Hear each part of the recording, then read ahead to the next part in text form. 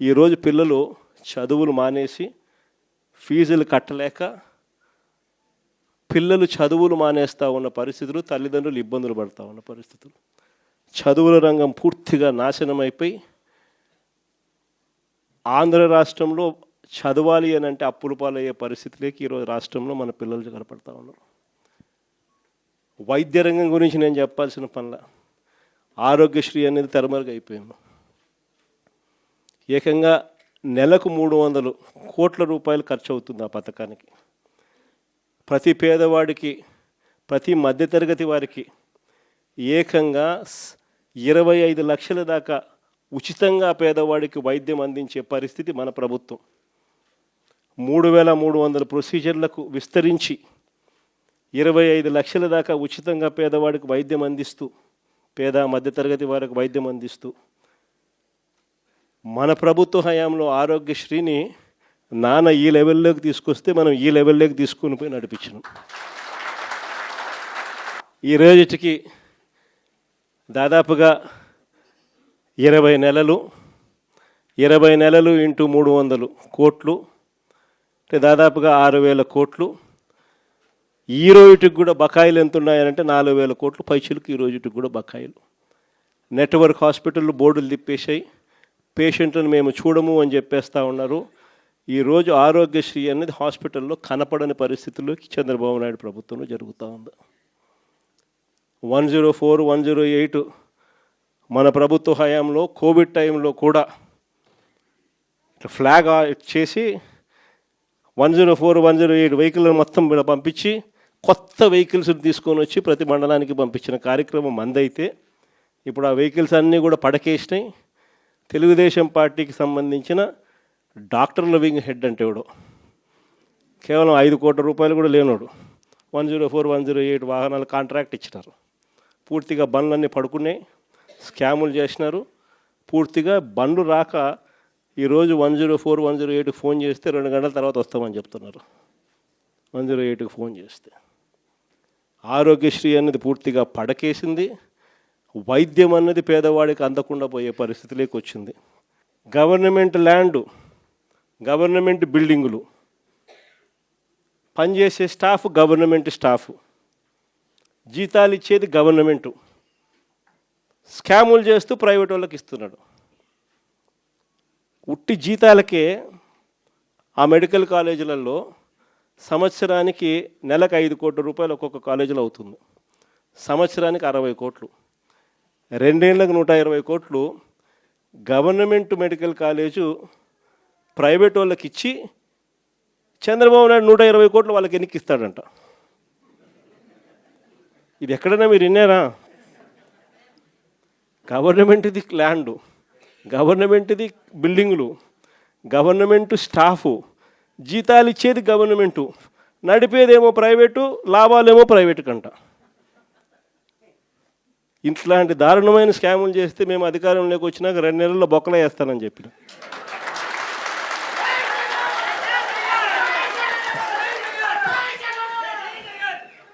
మనం ఎప్పుడైతే ఆ మాట చెప్పినామో అప్పుడు ఒక్కడు కూడా ఆ స్కాములు లేక మేము రాము, మాకు చంద్రబాబు నాయుడు ఈ కాలేజీలు వద్దు అని ఏకంగా చంద్రబాబు నాయుడుకి చెప్తా ఉన్న పరిస్థితులు మొట్టమొదటిసారిగా కనిపిస్తూ ఉన్నాయి. ఇంకా వ్యవసాయం గురించి నేను చెప్పాల్సిన పనిలా, ఏ పంటకు గిట్టుబాటు ధరలు రావడంలా, ఎక్కడ చూసినా దళారీ వ్యవస్థ, చివరికి ఎరువులు కూడా బ్లాక్లో కొనుక్కోవాల్సిన పరిస్థితులకి మొట్టమొదటిసారిగా రాష్ట్రంలో చూస్తూ ఉన్నాం. మన ప్రభుత్వ హయాంలో ఉన్న ఆర్బీకేలు ఈ పొద్దు తెరమరుగైనాయి. మన ప్రభుత్వం హయాంలో ఉన్న ఈ క్రాప్ వ్యవస్థ ఈరోజు నీరు గారిపోయింది. మన ప్రభుత్వ హయాంలో ఉచిత పంటల బీమా ఈరోజు కనపడకుండా పోయింది. మన ప్రభుత్వ హయాంలో ఉన్న సీజన్ ముగిసేలోగానే సీజన్లో జరిగిన నష్టాన్ని మళ్ళీ తిరిగి రైతులకు ఇస్తున్న ఇన్పుట్ సబ్సిడీ ఈరోజు కనపడకుండా తెరమరుగైపోయింది. చివరికి రైతులకు ఈయన ఇస్తానన్న అన్నదాత సుఖీభవ అని చెప్పి ఈయన ఇస్తానన్న కూడా మోసంగా తెగిపోయింది. సంవత్సరానికి 20,000, 2 ఏళ్ళకి కలిపి 40,000 ఇచ్చింది, 10,000, 30,000 ఎగనామం. రైతుల పరిస్థితి ఈరోజు ఎందుకురా నాయనా చంద్రబాబుని తెచ్చుకున్నాము అనే పరిస్థితిలో ఈరోజు రైతులు బాధపడతా ఉన్నారు. మీరే చూడండి, వ్యవసాయం చదువులు, విద్య, వైద్యం, ఈ మూడు ఏ ప్రభుత్వమైనా కూడా తమ బాధ్యతగా నడిపే వ్యవస్థలు. మూడు వ్యవస్థలు పూర్తిగా కుప్పకూలిపోయినాయి. నాలుగో వ్యవస్థ లా అండ్ ఆర్డర్. ఈరోజు రెడ్ బుక్ రాజ్యాంగంతో నాలుగో వ్యవస్థ పూర్తిగా దిగజారిపోయిన పరిస్థితుల్లోకి ఈరోజు కనిపిస్తూ ఉంది. మరి ప్రభుత్వంలో ఈయన ఉండేది ఎందుకు ఈయన ముఖ్యమంత్రిగా పరిపాలన చేస్తూ ఉన్నాడు? అందరికీ అన్ని ప్రైవేట్ ప్రైవేట్ ప్రైవేట్ ప్రైవేట్ అనేసరికి ఆ ముఖ్యమంత్రి కుర్చీ కూడా ప్రైవేట్కి ఇచ్చేయచ్చు కదా.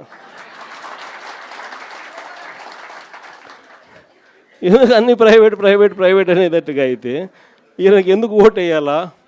ఈయన ఏం చేయడానికి అని చెప్పి అక్కడ ఉన్నాడు.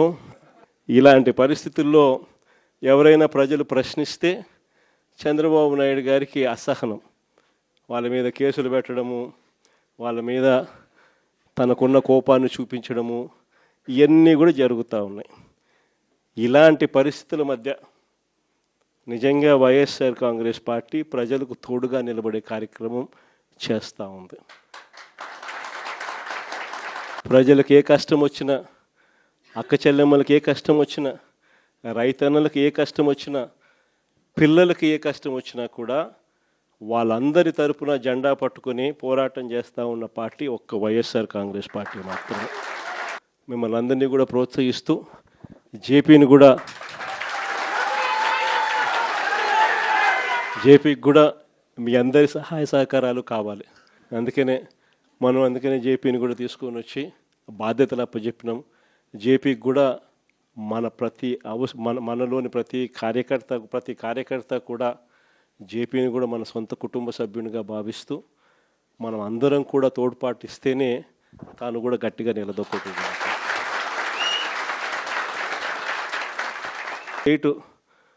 మన ప్రభుత్వ హయాంలో కోవిడ్ టైంలో కూడా ఫ్లాగ్ చేసి 104, 108 వెహికల్ మొత్తం పంపించి కొత్త వెహికల్స్ తీసుకొని వచ్చి ప్రతి మండలానికి పంపించిన కార్యక్రమం మందైతే ఇప్పుడు ఆ వెహికల్స్ అన్నీ కూడా పడకేసినాయి.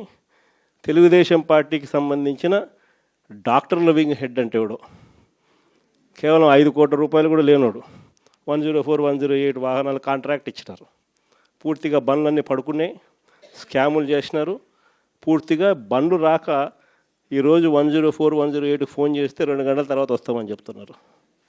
108కి ఫోన్ చేస్తే ఆరోగ్యశ్రీ అన్నది పూర్తిగా పడకేసింది. వైద్యం అన్నది పేదవాడికి అందకుండా పోయే పరిస్థితిలోకి వచ్చింది.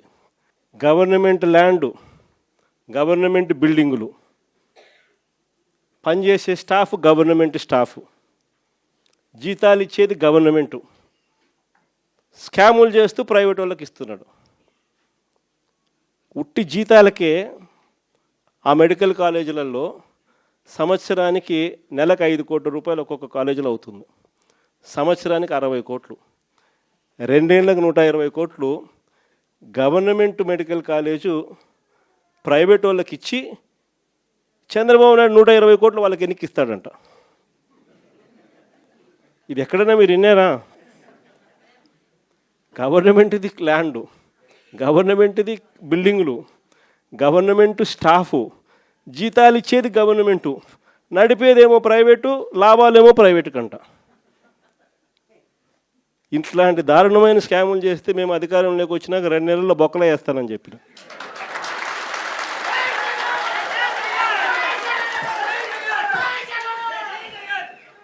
మనం ఎప్పుడైతే ఆ మాట చెప్పినామో అప్పుడు ఒక్కడు కూడా ఆ స్కాములు లేక మేము రాము, మాకు చంద్రబాబు నాయుడు ఈ కాలేజీలు వద్దు అని ఏకంగా చంద్రబాబు నాయుడుకి చెప్తా ఉన్న పరిస్థితులు మొట్టమొదటిసారిగా కనిపిస్తూ ఉన్నాయి. ఇంకా వ్యవసాయం గురించి నేను చెప్పాల్సిన పనిలా, ఏ పంటకు గిట్టుబాటు ధరలు రావడంలా, ఎక్కడ చూసినా దళారీ వ్యవస్థ. చివరికి ఎరువులు కూడా బ్లాక్లో కొనుక్కోవాల్సిన పరిస్థితులకి మొట్టమొదటిసారిగా రాష్ట్రంలో చూస్తూ ఉన్నాం. మన ప్రభుత్వ హయాంలో ఉన్న ఆర్బీకేలు ఈ పొద్దు తెరమరుగైనాయి. మన ప్రభుత్వం హయాంలో ఉన్న ఈ క్రాప్ వ్యవస్థ ఈరోజు నీరు గారిపోయింది. మన ప్రభుత్వ హయాంలో ఉచిత పంటల బీమా ఈరోజు కనపడకుండా పోయింది. మన ప్రభుత్వ హయాంలో ఉన్న సీజన్ ముగిసేలోగానే సీజన్లో జరిగిన నష్టాన్ని మళ్ళీ తిరిగి రైతులకు ఇస్తున్న ఇన్పుట్ సబ్సిడీ ఈరోజు కనపడకుండా తెరమరుగైపోయింది. చివరికి రైతులకు ఈయన ఇస్తానన్న అన్నదాత సుఖీభవ అని చెప్పి ఈయన ఇస్తానన్న కూడా మోసంగా తెగిపోయింది. సంవత్సరానికి 20,000, 2 ఏళ్ళకి కలిపి 40,000, ఇచ్చింది 10,000, 30,000 ఎగనామం. రైతుల పరిస్థితి ఈరోజు ఎందుకురా నాయనా చంద్రబాబుని తెచ్చుకున్నాము అనే పరిస్థితిలో ఈరోజు రైతులు బాధపడతా ఉన్నారు. మీరే చూడండి, వ్యవసాయం, చదువులు, విద్య, వైద్యం, ఈ 3 ఏ ప్రభుత్వమైనా కూడా తమ బాధ్యతగా నడిపే వ్యవస్థలు. 3 వ్యవస్థలు పూర్తిగా కుప్పకూలిపోయినాయి. 4వ వ్యవస్థ లా అండ్ ఆర్డర్. ఈరోజు రెడ్ బుక్ రాజ్యాంగంతో 4వ వ్యవస్థ పూర్తిగా దిగజారిపోయిన పరిస్థితిలోకి ఈరోజు కనిపిస్తూ ఉంది. మరి ప్రభుత్వంలో ఈయన ఉండేది ఎందుకు ఈయన ముఖ్యమంత్రిగా పరిపాలన చేస్తూ ఉన్నాడు? అందరికీ అన్నీ ప్రైవేట్ ప్రైవేట్ ప్రైవేట్ ప్రైవేట్ అనేసరికి ఆ ముఖ్యమంత్రి కుర్చీ కూడా ప్రైవేట్కి ఇచ్చేయచ్చు కదా. ఎందుకు అన్నీ ప్రైవేట్ ప్రైవేట్ ప్రైవేట్ అనేటట్టుగా అయితే ఈయనకి ఎందుకు ఓటు వేయాలా? ఈయన ఏం చేయడానికి అని చెప్పి అక్కడ ఉన్నాడు. ఇలాంటి పరిస్థితుల్లో ఎవరైనా ప్రజలు ప్రశ్నిస్తే చంద్రబాబు నాయుడు గారికి అసహనం, వాళ్ళ మీద కేసులు పెట్టడము, వాళ్ళ మీద తనకున్న కోపాన్ని చూపించడము, ఇవన్నీ కూడా జరుగుతూ ఉన్నాయి. ఇలాంటి పరిస్థితుల మధ్య నిజంగా వైఎస్ఆర్ కాంగ్రెస్ పార్టీ ప్రజలకు తోడుగా నిలబడే కార్యక్రమం చేస్తూ ఉంది.